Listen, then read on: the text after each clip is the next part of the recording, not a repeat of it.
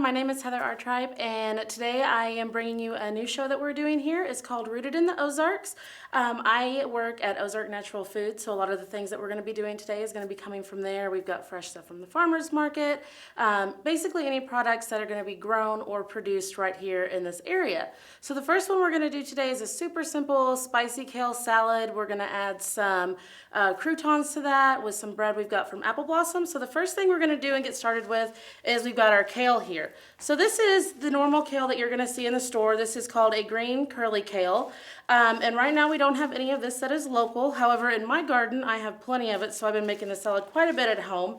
We do have, this is called a red kale. So this is from Dripping Springs over near Eureka Springs. It's really, really good. We're going to throw that in there, sort of massage it all down. So the first step we're going to do here, we've got our kale, we're going to take the stems off. So we want to have these pieces here. We'll put the stems right over there. You don't have to worry about chopping these or anything like that. So we're just going to tear them into large pieces. And you want to do that with all of this. And so you're going to want a bowl next to you. My mom and my grandma call this the thank you for coming bowl. So it's kind of a joke, like if you're coming over to eat, you can take the scraps with you. But in my house, the chickens and my duck get it. So they're always really happy when we make stuff like this. So we're going to continue on with our kale and get all of these off of here. We'll get some of our red kale in there. And this is nice too because you can use the curly kale, you can use the black kale. If you have all red kale, you can use it. If you want to throw some other greens in there, maybe some chard or spinach or something like that, it's also really, really good. This is a nice salad to have too, sort of like in the fall, in the winter time, when you're wanting to eat something fresh, but you're not exactly wanting to eat just a plain, lettuce salad. So it's nice to make it before, pop it in the fridge, and then the day of, you don't have to worry about making your dish to take with you. So this looks like a bunch of kale right now. Like, if you're making this for yourself, you're like, oh my gosh, am I going to really eat all of that? But we're going to massage it down. So we're going to scoot this back here. If you've got any big pieces maybe that you mixed, go ahead and just sort of tear those up.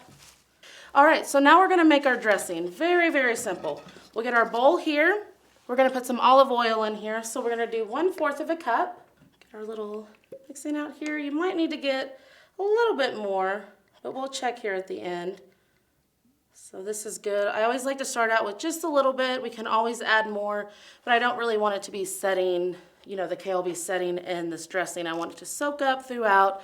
So that's why I like to start with a little bit less than maybe you might need. We're also going to use juice from 1 lemon. So we're going to cut this lemon in half here.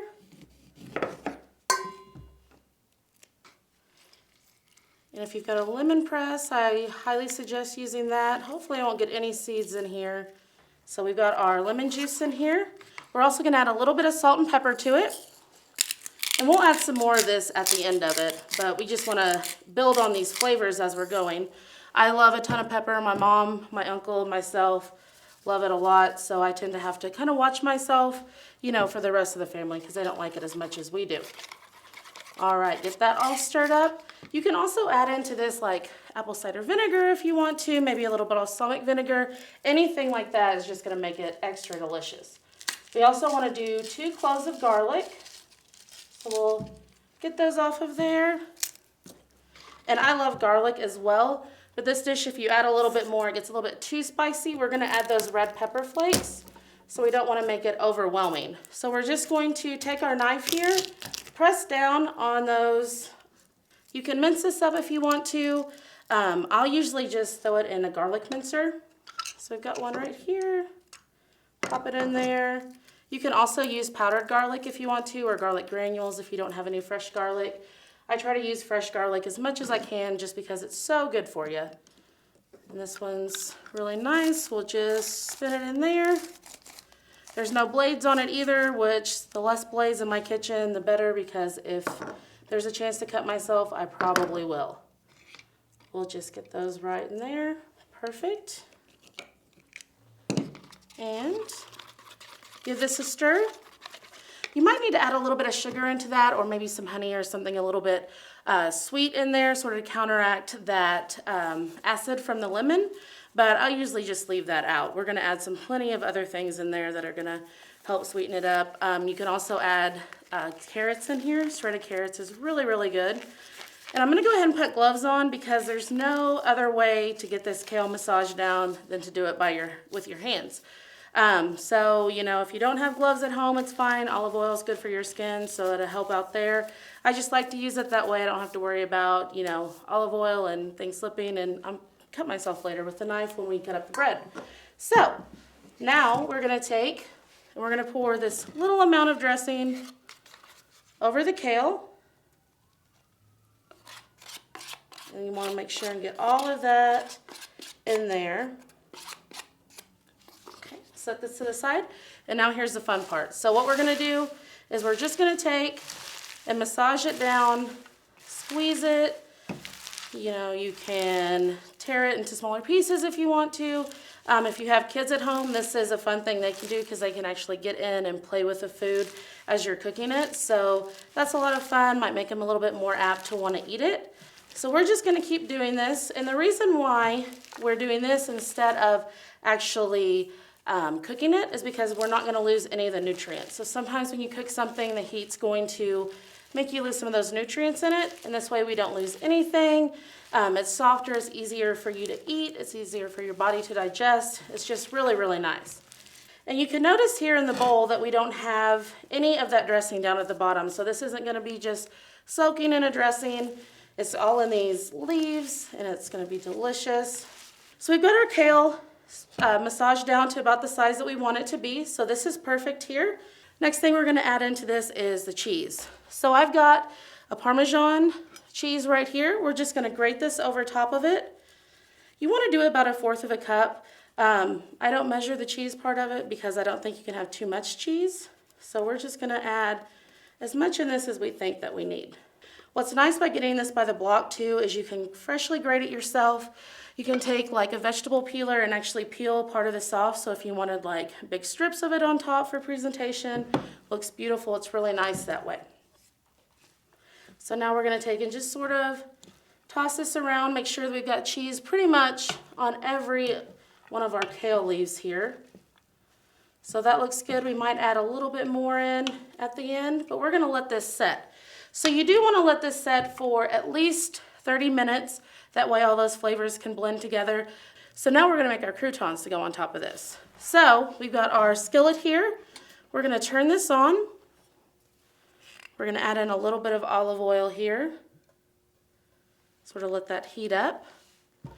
And we've got a beautiful loaf of garlic Asiago bread. This is from Apple Blossom. Not only do they make awesome beer, they make wonderful bread. This one's delicious. They've got everything sourdough. Just every bread that they make is really, really good. This one's my favorite though. So we're gonna add a couple of pieces into here. So we wanna cut off, let's do them about this thick. Okay, we've got this one. Perfect. Now we're going to take and cut this into bite-sized pieces. If you don't want to heat this up in the skillet, I've also done this where I've added a little bit of olive oil to it, just thrown it in there, and that way it sort of soaks up all the flavors. But I like doing it like this. It crisps up, sort of helps bring those flavors out. So we just want to dice it up here to these pieces. It's awesome. Another thing you can want to do if you want to get extra fancy with this is you can actually make a grilled cheese. Dice up that grilled cheese and throw it on top. It's perfect. Add some of these in here.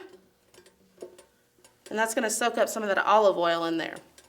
We might have to add a little bit more. You can hear it start to sizzle. And then too, this is also a great dish. You know, if you've got some bread, maybe you've got a little bit left over, sort of drying out. You know, you don't have enough to make a sandwich. Just throw it in your skillet with a little bit of olive oil and it'll make perfect croutons. So we'll let that heat up a little bit more before we add any more in there. Let's add a little bit more olive oil to it. Okay. It's gonna be so, so good. Okay, so as you can see, we've got some olive oil here on all sides of this. Let's add the rest of our bread in there. We'll let this cook for just a little bit. While we're doing that, we're gonna go ahead. I've got a few red pepper flakes here. And we're going to sprinkle some of those in there. You don't want to add a lot. I've made that mistake several times where I'm like, oh, we need more, you know, that's not going to be spicy enough. And then you get it and you're like, whoa, I can't even eat that. And you can always add more on at the end or sort of set them to the side. That way if people want to make it a little bit more spicy, they can. Okay, so this bread is doing wonderful. So these are beautiful. So we've got some nice brown coloration on them, but they're not too crispy and they're still nice and soft on the inside, coated with that olive oil. So we just want to add these on the top here. If you've got a few that maybe didn't get their fair share of the bottom of the skillet here, you can flip those over. And you can use your utensil here instead of your hand. I should probably do that more. I tend to burn myself quite a bit at home. Okay. And this is nice too because, you know, with this basically makes a whole meal. Your kale's got a lot of protein in it, and so, you know, you really don't have to add any other meat into it. If you wanted to, sliced chicken would be really, really delicious on top of this. So we're just going to sort of toss this around here. Let's go ahead and add a little bit more cheese to it.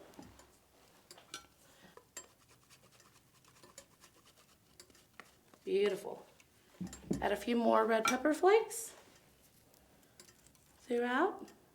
And then what I like to do at the very end of making this is just do a little bit more lemon juice on top of it. That's sort of going to help brighten the flavor, bring everything out. So what we're going to do is take our lemon, just go over right on top. Do a little bit more salt and pepper. And then this one will be done. So it's quick, it's easy. Sometimes I make it for myself at lunch. At work, and everyone can always tell they walk in for their meetings, everything smells like garlic and they get really jealous and it's all mine. So we've got it right here, and then that is what the end looks like. And if you want, take a few of those pieces of that beautiful bread, put it right on top there, and you're good to go. Thank you. Hey everybody, welcome back to Rooted in the Ozarks. Today we're going to be making one of my favorite dishes I make at least every other week in my house, and that's called migas, which in English actually translates to crumbs. It's a very popular dish in Latin America. It comes from their tradition of buying small amounts of corn tortillas every morning, using those. If you have any left, then the next morning you actually will throw them into the dish that we're going to be making. Sort of fry them up in this and give them some extra flavor. That way none of it goes to waste. So the first thing we're going to do to get this dish ready is we're going to get our eggs ready here. So I've got some beautiful local eggs we've got, and these are from Prairie Grove, and they're just gorgeous.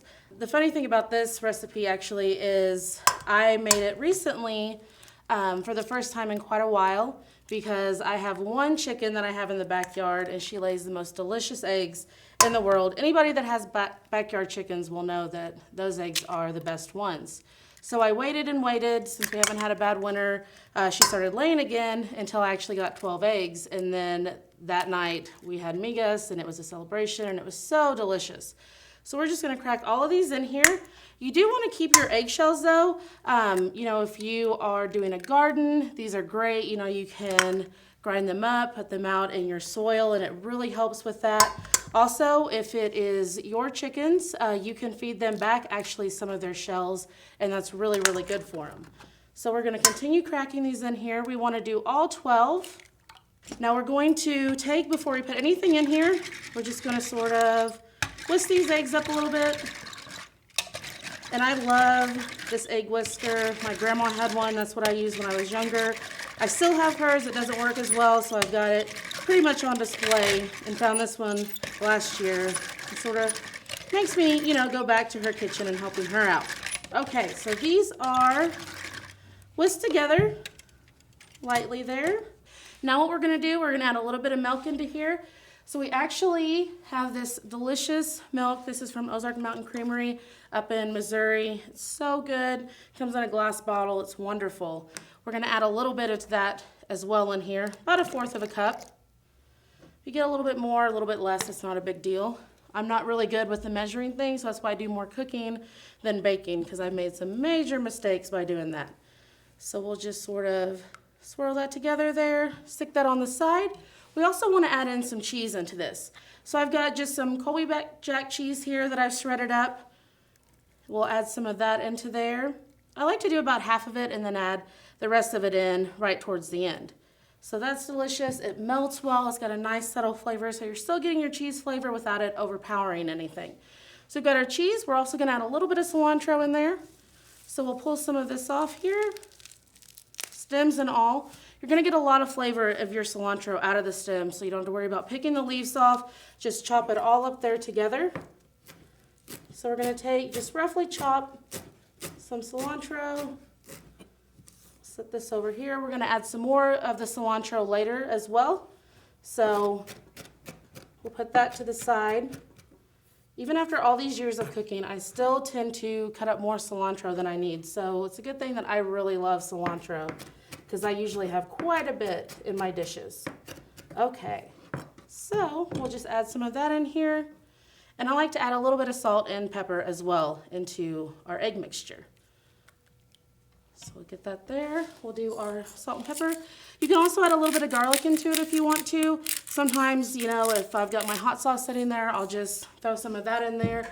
We're going to be adding some chorizo and some other things into this, so it's going to give it a little bit of spice. So you don't necessarily have to add that in there if you don't want to. So this is all ready to go. All right, so we're going to set this to the side, move on to the next part of this. So we're going to turn our skillet on. And so one thing that's different sort of in the Tex-Mex version of this is adding chorizo in here. I love some of the local chorizo that you can get around here. It's so delicious in this. But I also really like, this is like a vegetarian version of it made out of seitan.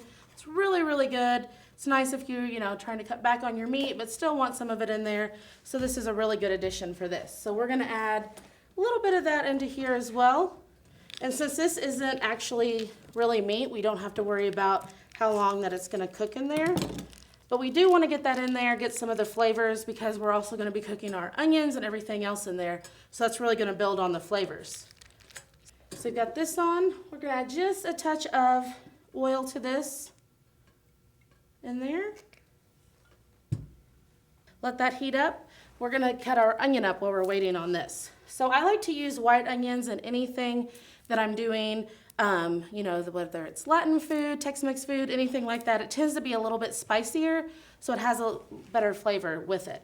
So what we're going to do is we've got a full white onion here. We're only going to use half of it, but to make it easier as far as cutting it, we're going to take, and you want to get the side that's not the root side. So this is a side that you want to cut, and we're going to cut straight down, and then we're going to set it on the flat side. So this is going to help it not wobble all over the place, and take a chance of you cutting yourself. You're going to get more even dices. It's going to be awesome. So now what we're going to do is cut straight through this root. We'll set this side to the other side. If you want to make some pico de gallo to go on top of this, it's wonderful. So you can use that half of the onion for it. And we're going to take and peel this outer layer off. We'll get that right in here as well. And so now we still have half of our onion. It's all intact together. This is heating up nice and well here. So I'm going to go ahead and get the meat added in. We're going to hear that sizzle. We're not going to want to have this in there very long though. We just want to sort of flavor that oil in there. And okay. So again, this doesn't take very long at all, especially with that hot skillet. And you want to get a skillet that's going to have, sides on it like this one, because we're going to be adding so much in there. You don't want it to be spilling out everywhere. Okay, so now that's done. Didn't take very long at all. We're going to add that over here. Get the rest of that off of there. Okay. So we've still got some pieces in there left over from that chorizo. We're going to add a little bit more oil to it. So see that sizzling again? It's going to add some nice flavor. You're going to get a flat whisk or your spatula. Sort of get those little pieces off of there. You don't want anything burning and sticking on the bottom, but you do want that in there to sort of help flavor it up. All right, so it's perfect. We'll turn that down to low here while we're doing the rest of our stuff. Okay, so we'll set this to the side.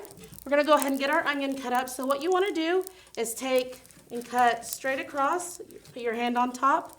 If you don't wanna go all the way through the first time, you don't have to. Be kind of scary, you know. So then we're gonna take and cut straight down like this. And so we're gonna get even pieces. And now we're gonna take and cut the other direction. So what you end up with is pieces that are basically about the same in there. So now what we're gonna do, we've got our hot skillet. I'm gonna pull that off for just a minute, just because it is so hot. Scrape up any additional things on there. And now we're gonna add our onion in here. So we're gonna take our onion. Beautiful sound, that's the sound you wanna hear when you get those onions in there. We'll take and sort of spread these apart. Try not to start crying, this onion is very, very strong. Okay, so as you can see, we've got some of those leftover pieces of the chorizo in there, those nice spices all over the onion there. It's gonna help flavor it up. It's gonna be really, really good.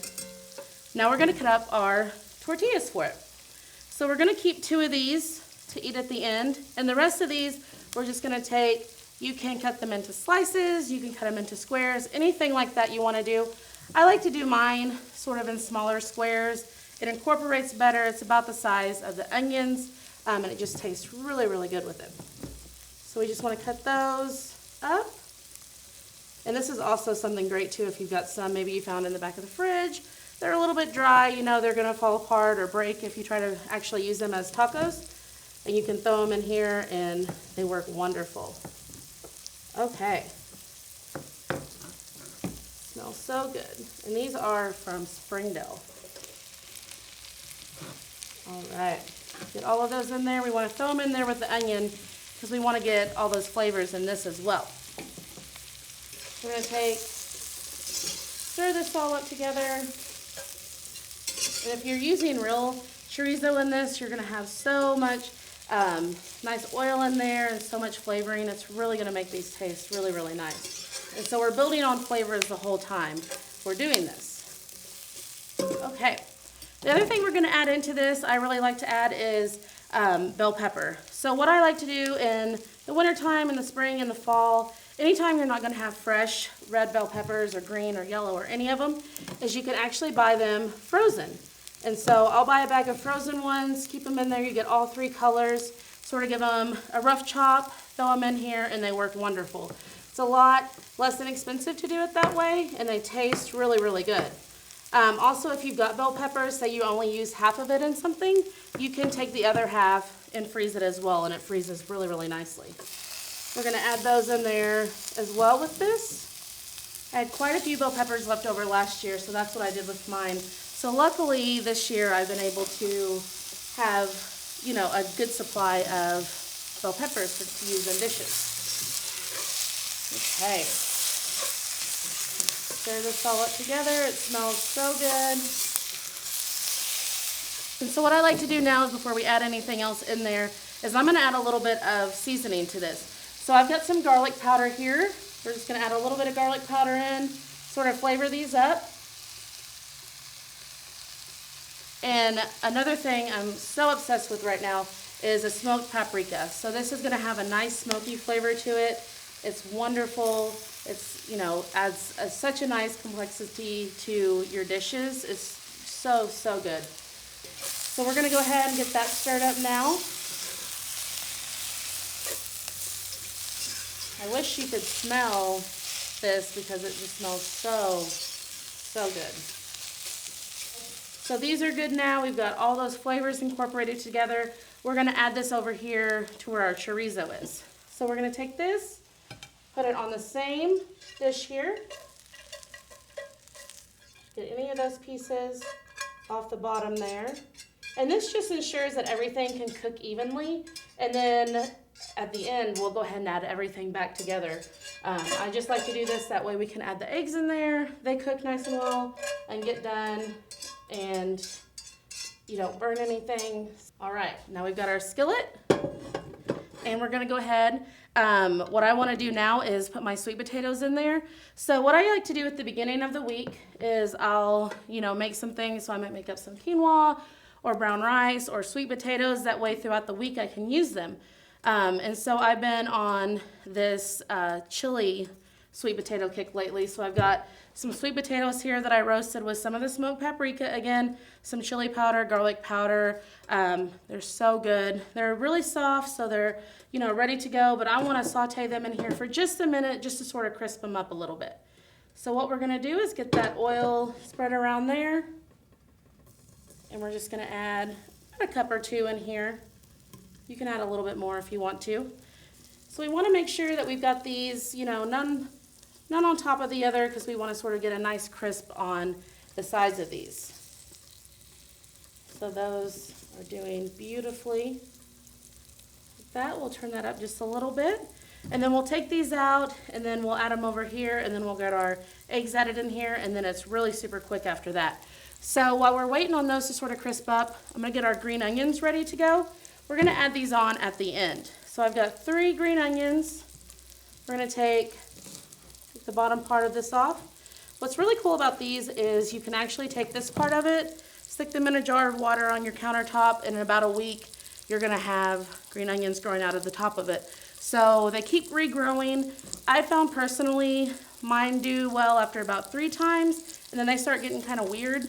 So then I'll go ahead, and compost them after that. But 3 times from one is super cool. It's really awesome. Like kids, it's like a science experiment in the kitchen. So I definitely recommend trying that. Okay, so our sweet potatoes are looking nice, and they're not falling apart on us. And now we're just going to take, if you've got kitchen scissors, I like to just chop mine with the scissors. They cut well. These also will freeze well, so if you've got all these green onions growing in your kitchen, you can take those and dice them up, toss them, like in a freezer-proof jar, or like a water bottle or something like that. That way you can take them, throw them into a saute or something later on as well. All right, that's ready to go. These are looking good. Now we're going to take and set these on the side over here. And these smell so good as well. Then you've got pieces like that. That's the piece that I would probably leave out on the side and eat it myself. Okay, perfect. Now we've got all of these flavors in here, from the chorizo and the tortillas and the sweet potatoes and the onions and all of that. So now we're going to cook our eggs in here. So we're going to turn this down just a little bit. We don't want to, burn them. We've got our egg mixture ready to go. Give that a quick stir again. Let's scrape any of these all over at one time. Make sure we don't have anything on the bottom there stuck. And I like to add just a little bit more olive oil to the bottom just to make sure for our eggs. And if I've got to wait, almost 2 weeks for my chicken to lay enough eggs, I really don't want to mess this one up.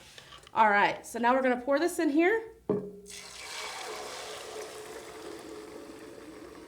Nice sound from that hitting the skillet. Get all of that in there. Okay.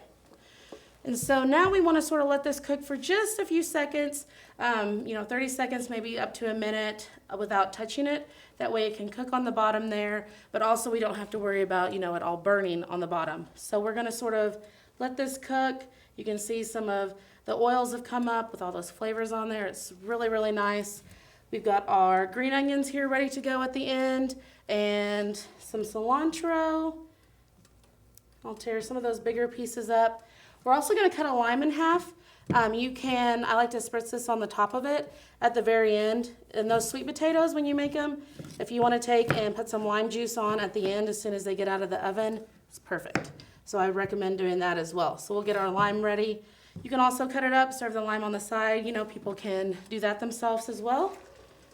Okay, so now we're going to go ahead and sort of start getting our spatula in here and getting these pieces off of the bottom.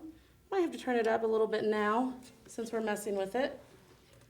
There was a lot of times when I first started cooking eggs that I did my fair share of burning them on the bottom of the skillet. So we just want to keep moving these around here.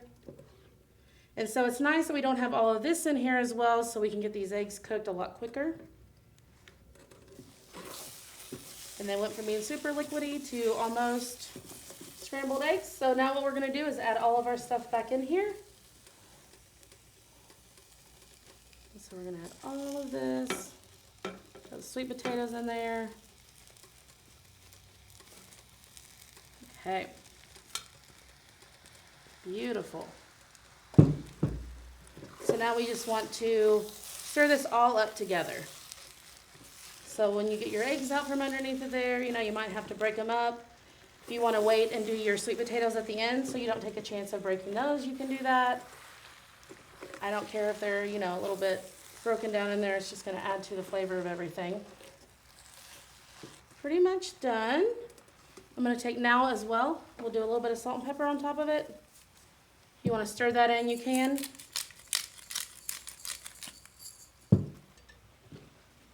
I'll add these on here while we're doing that.